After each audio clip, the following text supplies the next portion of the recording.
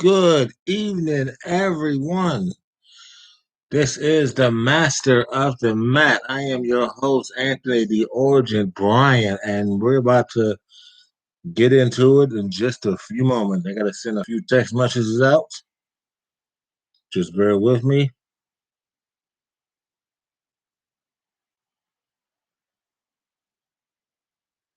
and so we can get started.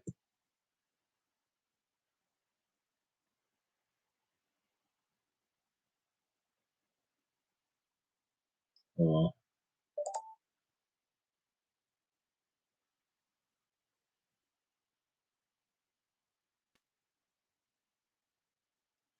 y'all bear with me real quick. I'm trying to set this up.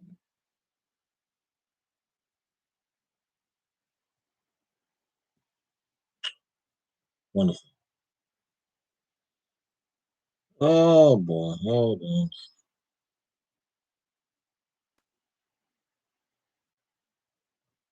There we go. All right, I'm sending a text message out to everybody right now, so just bear with me.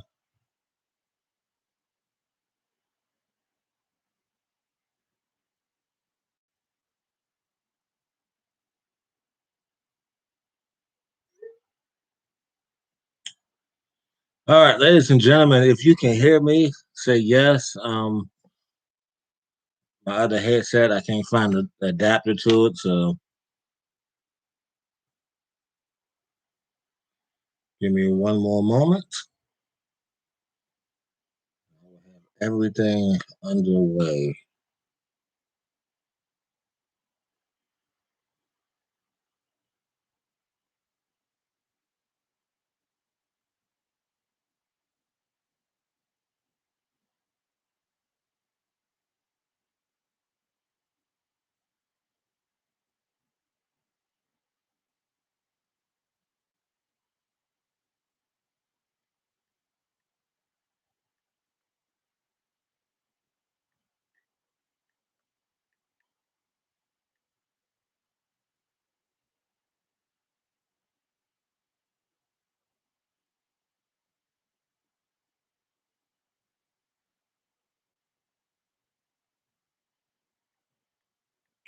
Give me one moment. I'm sending the link out to Facebook and all that stuff. So once I get that ready, I'll be starting with the show. Give me one moment.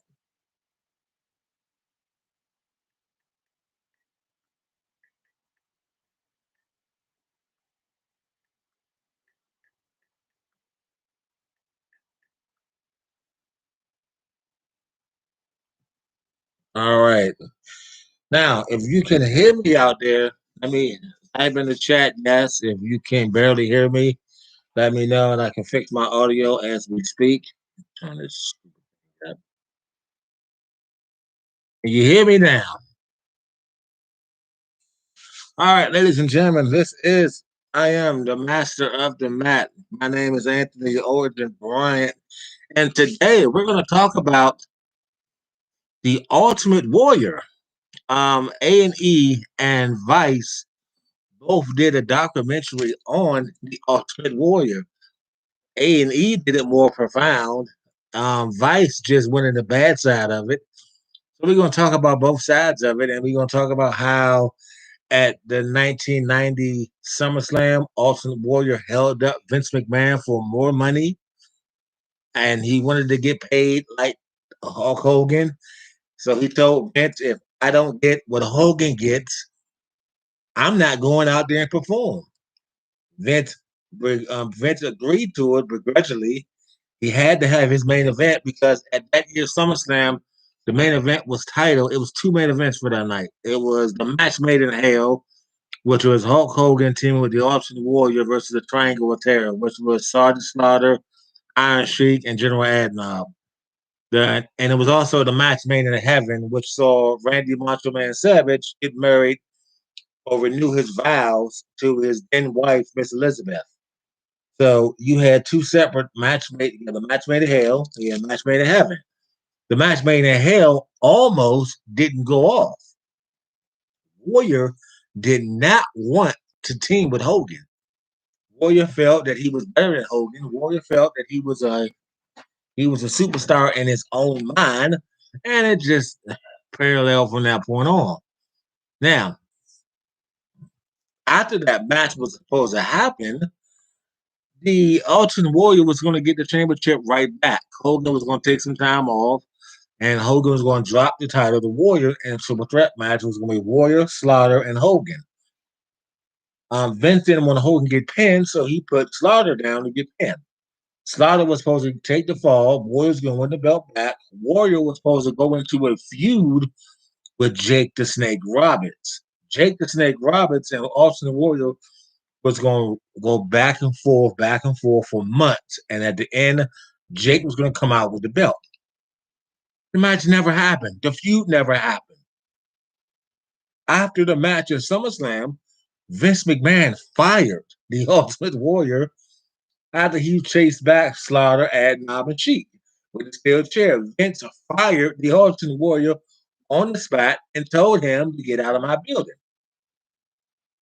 Warrior career was completely done with the WWE. Ultimate Warrior came back at WrestleMania a couple years later at WrestleMania 12 and almost killed the career of Hunter Hearst Helmsley, who we now know as Triple H.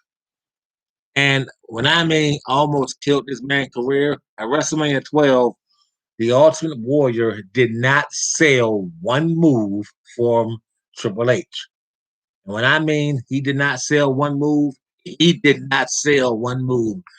He took the pedigree and no sold it. I mean, he took that pedigree and he no sold the crap out of it. Warrior took the pedigree, got up instantly. I'm looking like, oh wow, okay, that's what we're doing. Where'd it go? He was supposed to beat Goldust for the Intercontinental Championship. It didn't happen. At King of the Ring that year, the 96 King of the Ring, Ahmed Johnson defeated Goldust for the Intercontinental Championship. It was supposed to be the Ultimate Warrior. Before that, Vince McMahon did not want that to happen. Vince said, nope, can't do it, won't do it, ain't going to do it. No, not right now. Not right now. Warrior refused to put over Triple H. He refused to put over Jerry Lawler. He refused to put over. Okay, as a matter of fact, I'm gonna stop right there with Jerry Lawler. Ultimate Warrior wrestled Jerry Lawler at the 1996 King of the Ring, and was supposed to. Well, that King of the Ring was also supposed to be Triple H tonight, but because of the curtain call, it was Steve Austin. We'll go back to that later on. It was supposed to be Lawler getting the heads up over Warrior. Warrior did not put Lawler over at all in that match until Lawler took control and dominated Warrior. It was that match turned. It was supposed to be a real. It was supposed to be a wrestling match. We all know how it's set up and stuff like that. But it turned into a real fight. Because if you look at Jerry Lawler's eye in the first 5 minutes of that match, Lawler has a black eye in that match. Lawler beat the crap out of Ultimate Warrior after he got a black eye. It was crazy how things like that turned out. It wasn't supposed to happen that way, but it did. It's not supposed to happen. It wasn't supposed to happen because Vince was going to hype Jerry Lawler up. Jerry Lawler was going to go into a program with the Intercontinental Champ Ahmed Johnson and hopefully win the IC title. Because of that match, all that was scrapped. All that was scrapped. It was scrapped. It was not done. The Ultimate Warrior is a former two-time Intercontinental Champion, a one-time WWF Champion. He was supposed to be a two-time WWF Champion. Never happened. Warrior self-destructed himself. That's just like one of us going into our boss office and saying, look, I'm not going to do my job today unless you give me such and such amount or I'm walking. Your supervisor going to look at you like, okay, hit the bricks. I'll find somebody else. And that's exactly what Vince McMahon did at SummerSlam. He told the Ultimate Warrior to hit the bricks, kick rocks, whatever you want to call it. Warrior screwed himself. It's that simple. It's pretty much how it went down, how it was supposed to go down. And it wasn't supposed to go down that way, but it did because of Warriors' heist at SummerSlam. That's exactly what it is, heist. Jake Roberts never got the opportunity he was supposed to have. This is the third time somebody screwed over Jake Roberts. And I'm going to go right into Jake Roberts because Jake the Snake was supposed to win the WCW United States Championship, but Rick Rude refused to work with him. Okay. Rick Rude, who beat Sting at Clash of Champions for the United States Championship, refused to put over Jake the Snake Roberts. Sting had no problem putting over Jake the Snake Roberts. Sting had no problem selling for Jake the Snake Roberts. Sting did his job. He did every part of his job correctly. But the mere fact that Roberts and Rick Rude refused to put over Jake the Snake Roberts after at an edition of, I think it was WrestleMania, if I'm not mistaken, you had this man's wife or his then wife on your trunks. Are you serious? You put a picture of Jake Roberts' wife on your tights. Really? All right, you don't want to put the man over? Surprised Jake Roberts didn't beat the crap out you. But Rick Rude did not want to put over Jake Roberts. Rick Rude refused to put it. He went to Bill Watts and said, I'll work with him in WWF. He's stiff. I do not want to put him over. Bill Watts scrapped the idea of Jake and Rude. He went with Sting and Jake Roberts.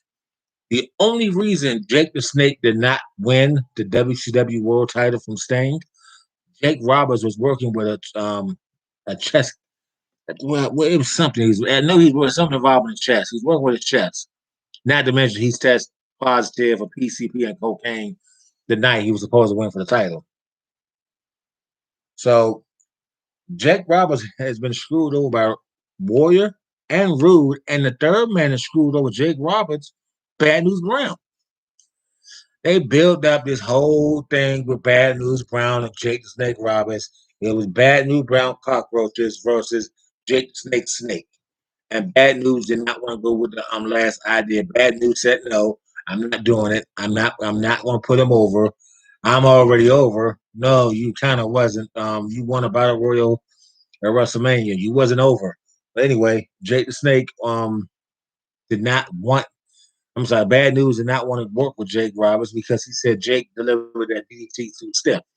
A lot of guys who've taken that DDT took that DDT and to this day still say that DDT is probably the most easiest thing to take. A lot of guys have taken that DDT and become famous behind that DDT. Guys like Triple H, Steve Austin, Shawn Michaels took him when he was part of Rockers, and look at that. All three of these guys are Hall of Famers. Well, all four of them. Jake was Hall of Fame too. They took it, so it's the it boggles the mind of what's going on. Why Jake Roberts was screwed so many times.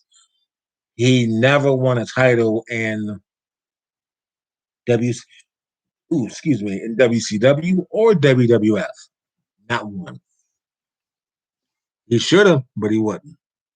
So it's amazing how Jake had a career that is so. I'm not gonna say lackluster because he held titles outside of WCW and WWF, but he never held one belt in either company. Well, yeah, no, he never held one belt in either company. It's sad. It really is sad. It boggles the mind on how Jake Roberts was treated. He got screwed by the Austin Warrior. He got screwed by Rick Rude. He got screwed by Bad News Brown. Come on, man, really? And it never worked out for him. But he had a Hall of Fame career, and he's in the Hall of Fame because his match with Sting at Halloween Habit, the Tour of the Wheel, Pick Your Destiny match. That match was it was a 4-star match. It wasn't 5-star quality. It was 4-star. But yeah, he had some good matches. He had some good matches. I give him that. His rivalry with Earthquake, his rivalry with Rick Martel. That match with Rick Martel at WrestleMania 7 in that blindfold match, Jake cheated because he had a hole in his blindfold. So It was, but Jake won. That match was a 5-star match. That match is a 5-star quality matchup. All right, now we talked about Warrior, we talked about Jake. Now we're gonna talk about somebody we talked about before on the first part of my show, and that's Triple H. I said some things, and I stand on what I said. I'm gonna take it back what I said. I still said one for Shawn Michaels, his career wouldn't Triple H's career wouldn't have flourished like it did. Triple H is a heck of a competitor. He's a cerebral assassin, the King of Kings. He is a 14-time World Heavyweight Champion. He is the second Grand Slam winner. He is the best in that ring, hands down. When you get in that ring with Triple H, you know you in for a fight. You know you in for good matches. Triple H have had good matches with the likes of The Rock, Stone Cold Steve Austin, uh, who was it? Goldberg. He made Goldberg like $1 million. Brock Lesnar. He's had great matches. Triple H was supposed to win the 1996 King of the Ring, but because of the curtain call in Madison Square Garden, Stone Cold won that. Stone Cold was supposed to win the curtain. Stone Cold wasn't supposed to win the 96 King of the Ring. Stone Cold was supposed to win the 97 King of the Ring. It didn't happen that way. It was reversed. Triple H got punished. You couldn't touch Shawn. You couldn't touch Shawn, but you couldn't touch Shawn Michaels, but you could touch Triple H. Sorry about that, y'all. So it he paid his price. He paid his just due. And I'm gonna tell you something. He turned out after he paid the price. Triple H, I gotta get a man a round of applause. I gotta do it because the career he put together. When Shawn Michaels left after he lost the title to Steve Austin at WrestleMania, he rebuilt D Generation X to a faction where it was dominant. You brought in X Pac, formerly known as the 1-2-3 Kid in WWF. You brought him back. You brought in Road Dogg, Jesse James, Jesse James Armstrong, Billy Gunn, B.A. Billy Gunn, Badass Billy Gunn, Mr. Ass, whatever you want to call the guy. And you put them in DX. Now, what DX did for the New Age Outlaws is freaking scary. You hear me? It's freaking scary. I do not believe the Outlaws would have been that popular without DX, without D Generation X. Road Dogg, Billy Gunn, and DX put them on heights that no tag team has seen yet. The reason why Vince loved the Outlaws, still does. Vince McMahon loved the New Age Outlaws. Road Dogg on the mic there. Boy, I'm telling you, that boy was a masterpiece on that mic. When he come out there and he would just do his stick, I still can do it. I'm gonna try to do it right now. And he always had the way he did it. Now, clear my throat. Let me see, because it's been a while since I've done it. 1 second.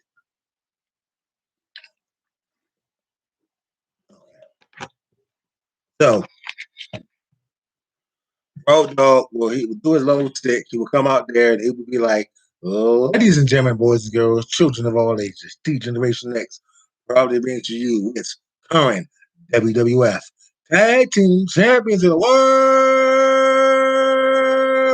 The Road Dogg, Jesse James, the Badass Billy Gunn, the New Age Outlaws. Road Dogg was the most popular member of DX, hands down. Road Dogg can get in. He came from a second generation family. His father, Buddy Bob Armstrong, all his brothers, Brad, Steve, Scott, was all wrestlers. Road Dogg surpassed them all, even his daddy. Road Dogg surpassed them all. Tag team champion NWA, tag team champion WWF, Intercontinental champion, hardcore champion. Road Dogg surpassed his entire family, and for him to do what he did in that ring was unbelievable. Billy Gunn, the most how can I say this about Billy Gunn? Billy Gunn, the most marvelous athlete in WWE. Billy Gunn started off as a Smoking Guns with Bart Gunn. Three-time tag team champions over, came out with a little cap gun, started shooting them in the sky. And they came out, they did their thing, they won the tag team titles 3 times. He broke up with Bart Gunn, he became Rockabilly with the stupidest theme song in the professional wrestling history. Man's man a honky talk man. He turned on Honky John Road Dogg and became one of the greatest tag team wrestlers of all time. 5 reigns, well, 6 reigns with Road Dogg as tag team champion. Billy Gunn's a 2-time hardcore champion, a former Intercontinental champion. Billy Gunn has held more tag team championship gold than anybody in professional, well, next to Edge, than anybody else. And it's amazed how Billy Gunn's career, he's currently signed to AEW with his 2 sons. Um, I'm just waiting to see how Billy Gunn ends his career. And I think Billy Gunn and Dustin Rhodes found the fountain of youth. I mean, because both of them guys are great for their age. Dustin especially. Dustin Rhodes, you know what? I'm going right into it. And let's go right into Dustin Rhodes, a former 2-time United States champion. He's also a former 2-time NWA and WCW tag team champion. He's a former 6-man tag team champion in WCW. He was called the Natural Dustin Rhodes in WCW. And his career in WCW was flourishing. The 2 out of 3 Falls match with Stone Cold Steve Austin, who was known at that time as Stunning Steve Austin, was magnificent. I encourage you to get Peacock, watch that match, watch Steve Austin, watch Dustin Rhodes. That match will have you wow, because them boys, man, I'm telling you no lie when I tell you this. Dustin Rhodes, Stunning Steve Austin for the U.S. title at Starrcade, 5-star. 5-star, because them guys took it to each other. They beat the crap out of each other, and the respect they gained from each other after that match, unbelievable. Goldust came to WWF, became Goldust, bizarre, creepy, all around psycho. And he went on to legendary status, to where it was Goldust he's a former, when I mean legendary status, let me clear that up real quick. His match with Roddy Piper at WrestleMania 12, the Backlot Brawl, hands down the best match I've ever seen Goldust ever had. I've seen Goldust wrestle. I've seen Goldust brawl. I've seen Goldust do it all. For him to allow that match to happen, it was pre-taped. The last part was live, so what? But it still was good. Rowdy Piper and Dustin Rhodes, aka Goldust, beat the crap out of each other in the Backlot Brawls. It kind of reminds you of the O.J. Simpson thing when that was going on, with the thing going back and forth and stuff like that. But it was awesome. Goldust, a 3-time Intercontinental champion. He's a 2-time, no, I'm sorry. He's a 3-time tag team champion. 1-time World Tag Champ with Booker T. 2-time WWE Tag Team Champion with his brother Cody Rhodes. He's a 2-time, multiple-time hardcore champion. This guy his career has standed tall. The natural Dustin Rhodes is exactly what he calls himself, the natural Dustin Rhodes. Of course, he is the oldest son to the late great American Dream, Dusty Rhodes. Um, Cody Rhodes, his brother. I don't like Cody. I'm not going to mince words on that. I didn't like him when he was Stardust. I didn't like him when he was Dashing. I didn't like him now. He's a jerk. He's a moron. But anyway, that's my opinion on Cody Rhodes, and I'm gonna leave it at that. Um, I've been a fan of Dustin since he was in WCW, and Dustin Rhodes found the fountain of youth. Just say it like that. He found the fountain of youth, and he's keeping it for himself. So, about that time, I'm about to throw a quiz. I'm about to throw a wrestling trivia for you. Here we go. Dustin, I'm gonna stay with Dustin. Dustin Rhodes won his first WCW United States Heavyweight Championship from what wrestler? And here's the 3 choices. Number 1, Ravishing Rick Rude. Number 2, Nikita Koloff. Number 3, Ric Flair.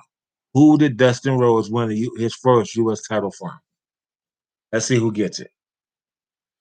Dustin, like I said, Dustin Rhodes, Goldust, whatever you want to call him, the guy's a beast. He's one of a kind. Tag team champion, Intercontinental champion, U.S. champion. He's a Hall of Fame bound superstar. I guarantee you that. He's going to join his daddy in the Hall of Fame very, very soon. And if he don't, whoever runs that Hall of Fame committee is stupid. So, so we're gonna go right into the next point, next subject of a topic here.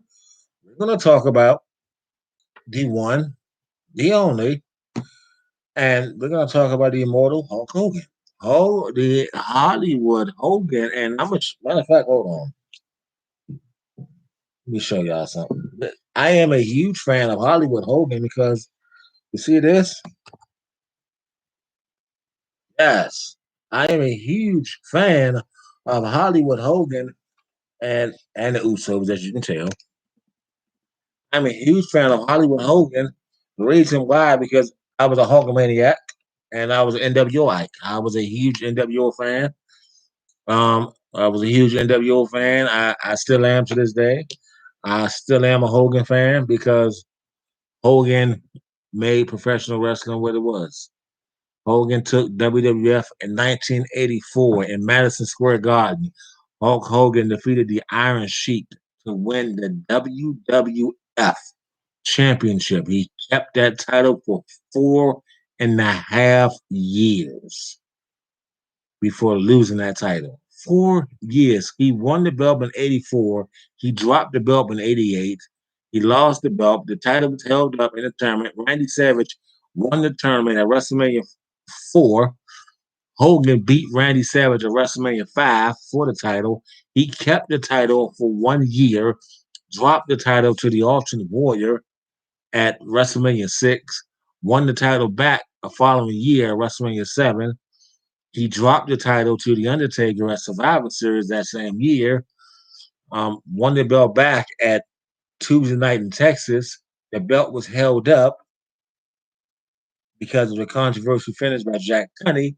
Ric Flair won the title in the Royal Rumble after coming in number 3. Flair held the belt until WrestleMania that year, losing it to Randy Savage. Randy Savage held the belt. That was Randy Savage's second reign, as a matter of fact. Um, Randy Savage lost the belt back to Ric Flair. Ric Flair held the belt. He lost the title in Canada to Bret Hart.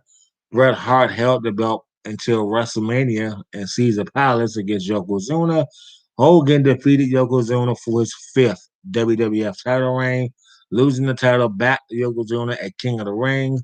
Yokozuna held the belt all the way until WrestleMania the following year, dropping the title to Bret the Hitman Hart.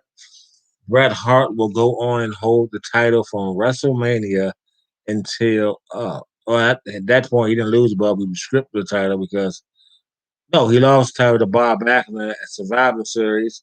Backlund lost the title 8 days later to Kevin Nash, aka Diesel, in Madison Square Garden in under 8 seconds. Diesel will hold the title for 1 year, losing the title in Landover, Maryland to Bret the Hitman Hart at Survivor Series. Bret Hart will win the title at Survivor Series, drop the title to Shawn Michaels at WrestleMania 12. Shawn Michaels will hold the title from WrestleMania 12 all the way to Survivor Series, Madison Square Garden, which at that same Survivor Series debuted The Rock and debuted Mark Merrow and re-debuted Barry Windham and re-debuted Crush. So a lot of re-debuts and debuts happening at that Survivor Series. Yeah, Shawn lost the title. Psycho Sid. Psycho Sid held on to the title from Survivor Series all the way into the Royal Rumble, where Shawn beat him for the title in his hometown in the Alamo Dome. Shawn Shawn vacated the title because of a nagging knee injury. Bret Hart won the title in a fatal 4-way. The next time on Raw, Psycho Sid won the title from Bret Hart. Psycho Sid held the title until WrestleMania. The Undertaker defeated Psycho Sid Taker held the belt until SummerSlam, dropping the title to Bret Hart. Bret Hart lost the title and won the title at SummerSlam, dropped the title at Survivor Series '96, and are now known as the Montreal Screwjob. Shawn Michaels held the title from Survivor Series all the way until WrestleMania. Now I'm gonna stop right there. The interesting story about that thing is this. Here's a story that nobody knew about. The Undertaker taped his hands up, and if Shawn Michaels didn't do the job for Steve Austin, Taker was going to go out there and beat the brakes off of Shawn Michaels. And I think we saw a real life fight. Shawn and Taker did not see eye to eye at that time. They did not see eye to eye at all. They could not stand each other. Um, it was, oh my goodness. Taker literally had his fist taped up, had a chair at Gorilla watching the entire match. It's amazing. It really is amazing how it just turned out that way. Steve Austin reign will Steve Austin was the Stone Cold era made Steve Austin's career. Stone Cold would go on to win the title 6 more times after that. He would later retire because of a neck injury. But Austin had a heck of a career. He's a Triple Crown winner. He's not a Grand Slam winner, but he's a Triple Crown winner. And Austin earned it. Austin earned everything. He earned his career. The career Steve Austin had is groundbreaking. And um, he was told a guy with black tights and black boots would never make it when he was in WCW. Well, he made it, didn't he? He's a Hall of Famer, ain't he? So, all right. So I'm gonna stop. I'm not gonna stop. I'm gonna cut right here. And nobody answered the question. I see we got 4 more viewers in. I'll ask the question again. Who did Dustin Rhodes beat to win his first United States Championship? Was it? What was it? Rick Rude? Was it Nikita Koloff? Or was it Ric Flair? Who was it? Rick Rude, Ric Flair, Nikita Koloff. Hold on 1 second, y'all.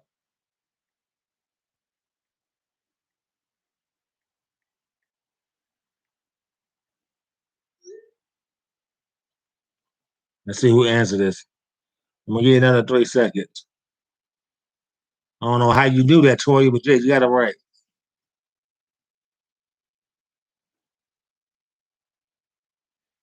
Toya got it right. It was Rick Rude. I don't know how she knew that, but she got it right. All right. So speaking of the US title, let's talk about the US title. The current United States champion is actually who is the current? Oh, Sheamus. Well, I don't really care for him either. I don't. I don't really, I don't really care for Sheamus either. The guy needs a tan, if you ask me.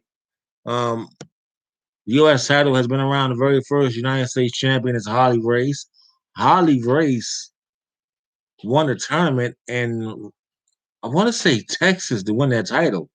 Um, I know it won Kansas City because the story about Kansas City it'll take my whole show. I talk about that Kansas City incident. Trust me. Yeah, it'll take the whole show. I guarantee the Kansas City incident in NWA, just like the North Korea incident in WCW, it'll take up my whole show. And I'm going to talk about that one day, but just not right now. But I do know Harley Race won the U.S. title. Ric Flair is a 6-time U.S. champion. John Cena, Chris Benoit, and Bret Hart are 5-time U.S. champion. We and Blackjack Mulligan. I'm telling you this right now, and I'm saying this with all due respect. If Benoit, Blackjack Mulligan, and Wahoo McDaniel come back, I'm going to hide. That's all I'm saying. I am never watching wrestling again. But yeah, Blackjack.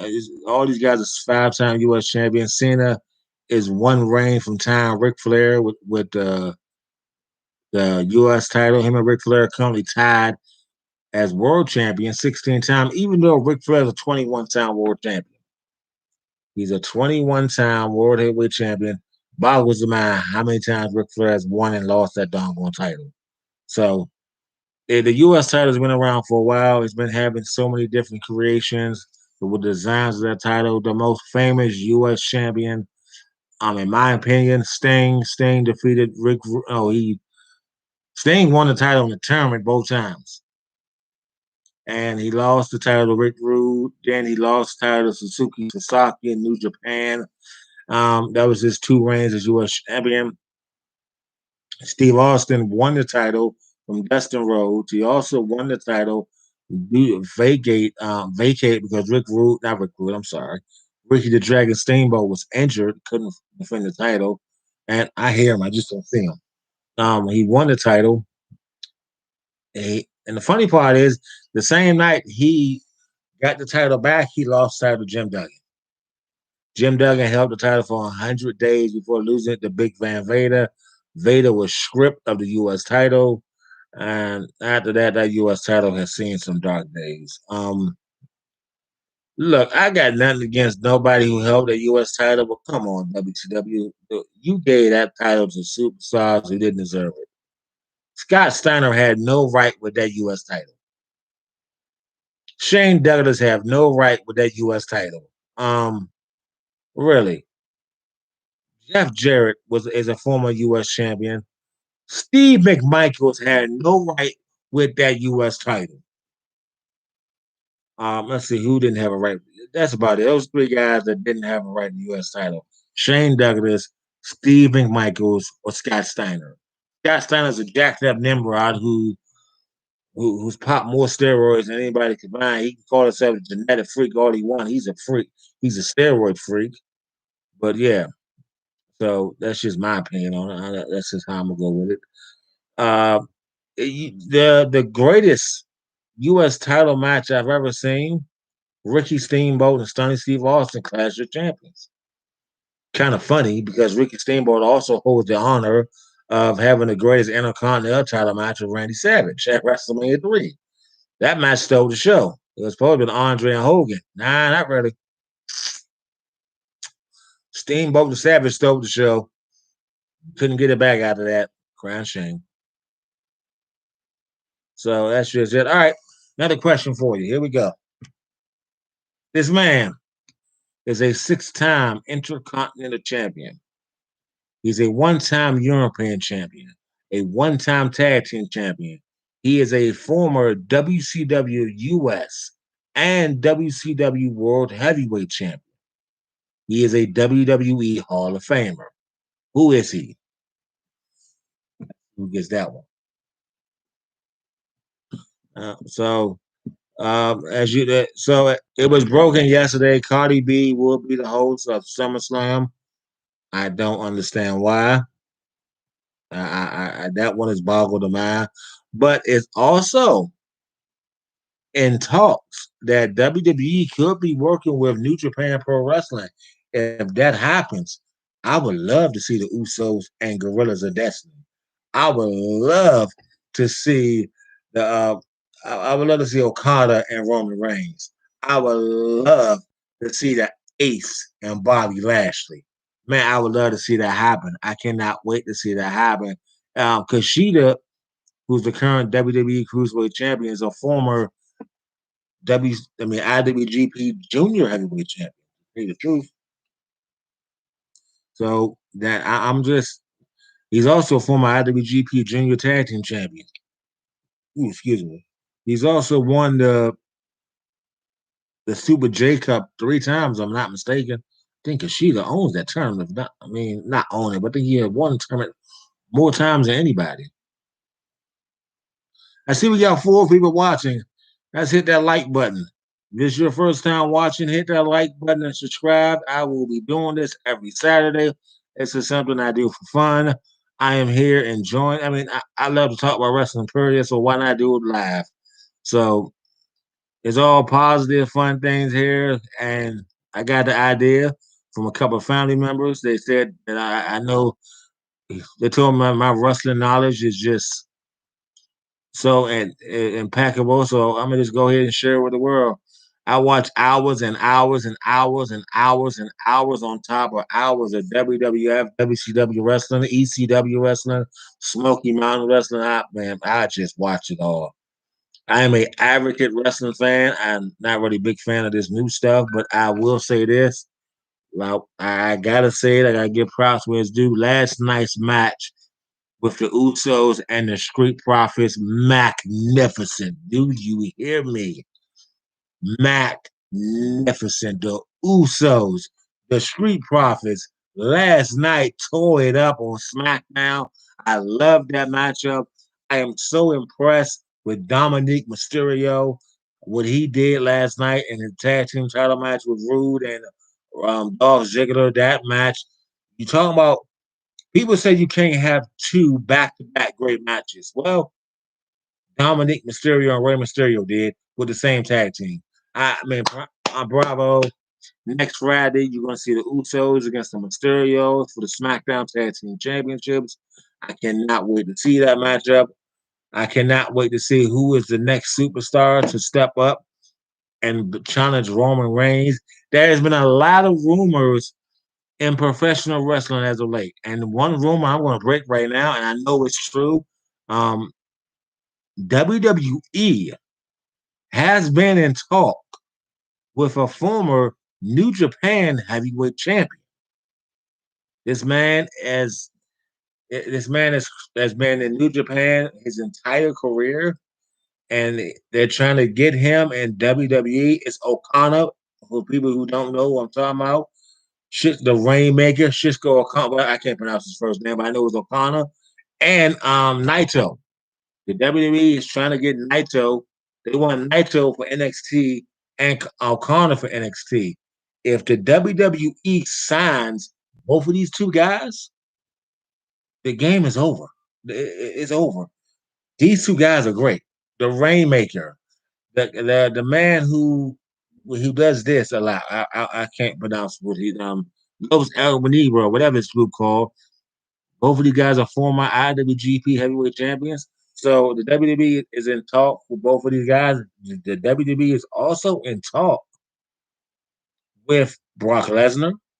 They're also in talk with well, I know Brock Lesnar. They're talking with Brock Lesnar. They're talking to somebody else. Chris Jericho made the statement on well, he didn't make it on Stone Cold show, but he made it on JR's podcast. He wants to end his career in WWE. I would love for Jericho to come back. Jericho, what he's done right now in AEW with the Inner Circle, you got Santana Ortiz, who I personally just love those two guys as a tag team. Santana Ortiz, formerly known as the Latin as LAX and Impact Wrestling. These guys, you talk about tag team wrestling, you talk about Santana and Ortiz. Then you got Jake Hager, who wrestled in WWE as Jack Swagger. And I agree with Chris Jericho 100%. Whoever gave Jack Swagger this We the People crap, even though it was catchy, I was doing it for a while. It was the stupidest idea creative ever came up with this man. Put this man with Cesaro, you put this man with Dutch Mantel, and you call them the Real Americans, then you come out, put your hand over your heart, chant We the People. Really? Didn't make any sense then. Swagger, it didn't make any sense. He's MMA now. He's also AEW. Then you got Sammy Guevara. What the? Lord have mercy. I'm sorry. Then you got Lord, doggone cat. Anyway, I'm sorry.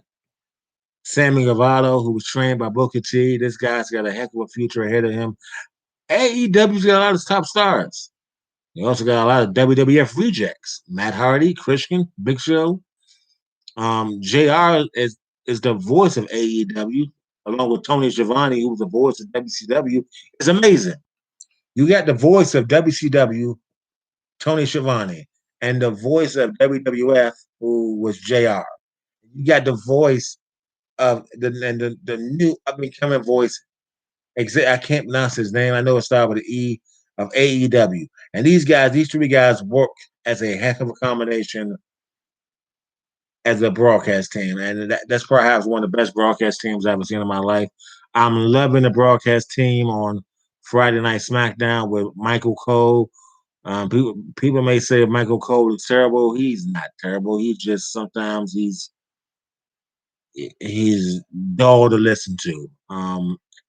And Matt, the former kicker who played football, Matt something, I forget his name. I know he wrestled Adam Cole on NXT. So yeah. So I'm about to wrap my show up in a few minutes. I'm gonna just say it right this: there are a few call-ups to the WWE that you're going to see very shortly on the main roster, and I'm going to predict you're going to see Finn Balor on the main roster once again, maybe Raw or SmackDown. I would love to see Balor on Raw and take the WWE title from Bobby Lashley. What Finn Balor did in NXT while he was NXT champion for a second time was amazing. I am not the biggest fan of Karrion Kross, but I do like the way the guy gets the job done. Um, I am a huge fan of Kyle O'Reilly, Adam Cole, Bobby Fish, Roger Strong. Matter of fact, I was a fan of Adam Cole before he came to WWE. I was a fan of him when he was a part of the Kingdom in Ring of Honor Wrestling. I was a part. I'm a huge fan of Bobby Fish and Kyle O'Reilly, who were known in Ring of Honor as Red Dragon. Roger Strong, he's a suplex king. This guy is the backbreaker king. You do not understand what I'm saying when I say this. Roderick Strong is the backbreaker king. This guy can hit you with a backbreaker out of nowhere. Adam Cole, baby, the perhaps the best in-ring technical wrestler of this generation. Then you got the best tag team, one of the best tag teams of this generation, Kyle O'Reilly, Bobby Fish, the undisputed era. Kyle O'Reilly, a former Ring of Honor world champion. Bobby Fish, a former Ring of Honor TV champion. Those guys can get the job done. Adam Cole and Kyle O'Reilly used to be called the Future Shock in Ring of Honor, was this close becoming the tag team champions of Ring of Honor. I'm just saying, Roger Strong is the only Triple Crown winner of that group. Strong held the Ring of Honor world title, TV title, and tag team title. So he's a Triple Crown winner of Ring of Honor. It's just the four of them together, the undisputed era. I hope WWE puts them back together when they get back on the main. If they put them on the main roster, I hope it happens. And if they do, or if they don't, oh well, it's their loss. Oh Lord, this cat thing. Yeah, so I mean, it's just. Mm. So on that note, I think I'm going to end my show right now because thanks to my cat, it's just terrible.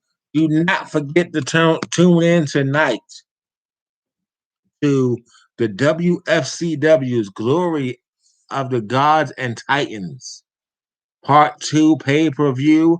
The main event is yours truly, the end-all be-all. I go in a triple threat match against Wayne and Willie for the World Heavyweight Championship.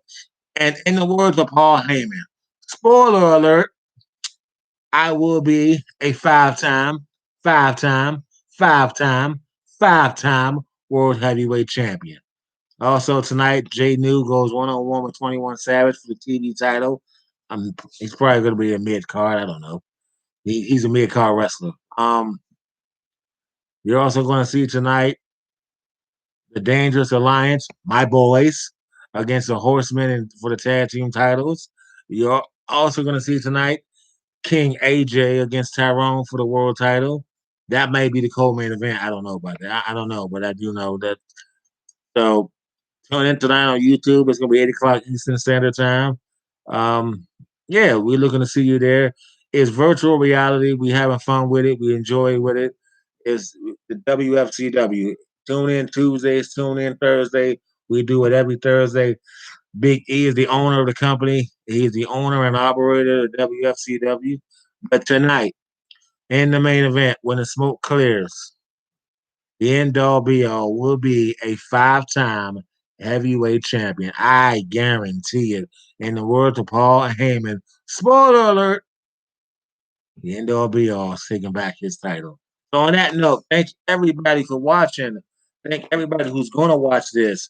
Um, y'all be safe out there in that rain and that wind. And until next Saturday, I will see you next week.